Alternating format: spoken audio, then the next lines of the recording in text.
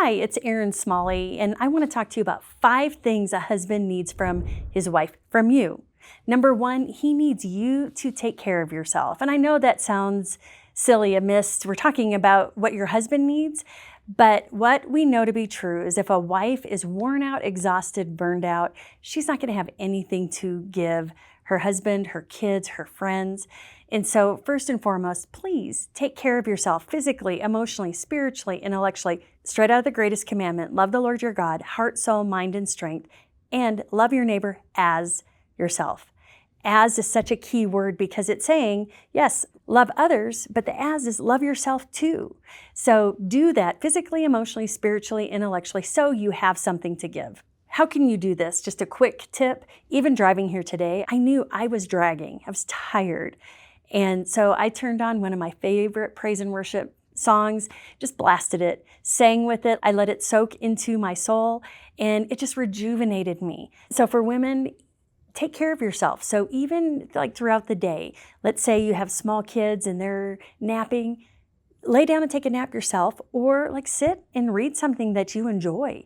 Have a cup of tea, simple things like that. Just doing those little things throughout the day to really be intentional about caring for you can make all the difference.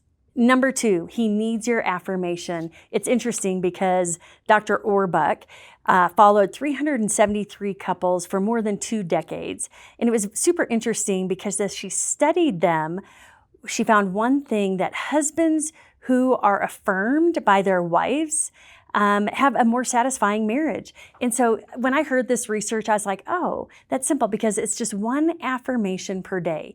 Your husband longs to hear an affirmation from you. I would think Greg would come to work, he'd come to focus, he'd get affirmed throughout the day, I'm certain. But what the research says, it doesn't matter if your husband is being affirmed by colleagues, by same-sex friends, like, hey, great job on that presentation. Bottom line is who he wants to be affirmed by is you. And as you affirm him once a day, it makes him enjoy your marriage more. So to me, it was like a win-win. I was like, hey, that's easy. I can do that. So I encourage you, affirm him, watch for things that you see in him, in his character, in his personality, how he's living his life, something about him that you're noticing, and then speak words of life over him. So number 3, he needs your respect. In 1 Peter, it talks about how as a wife respects her husband, how that influences the overall state of the marriage as well as your husband. We have great influence.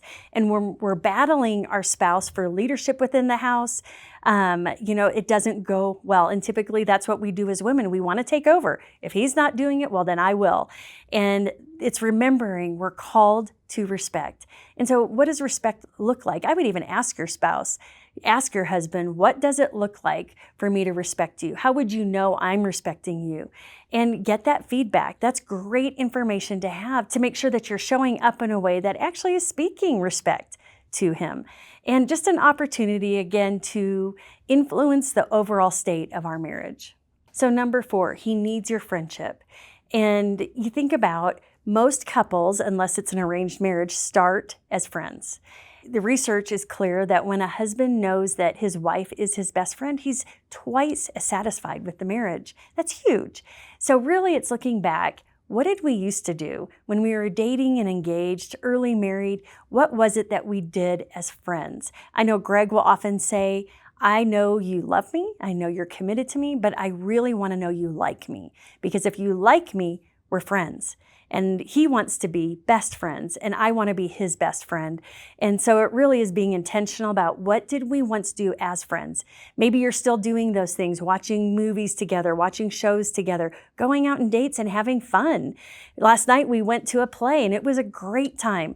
I did have to go home at 9 o'clock because I was exhausted.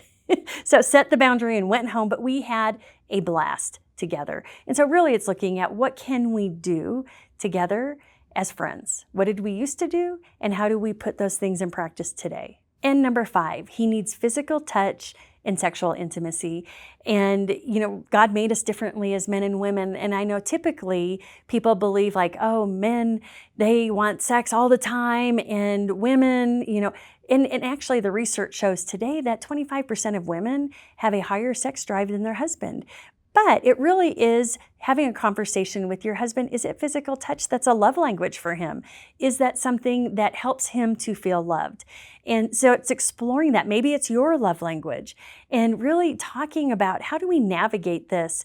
Are we hugging? Are we kissing? Are we making eye contact? All of those things matter. Are we connecting emotionally at an intimate level? And are we having sex?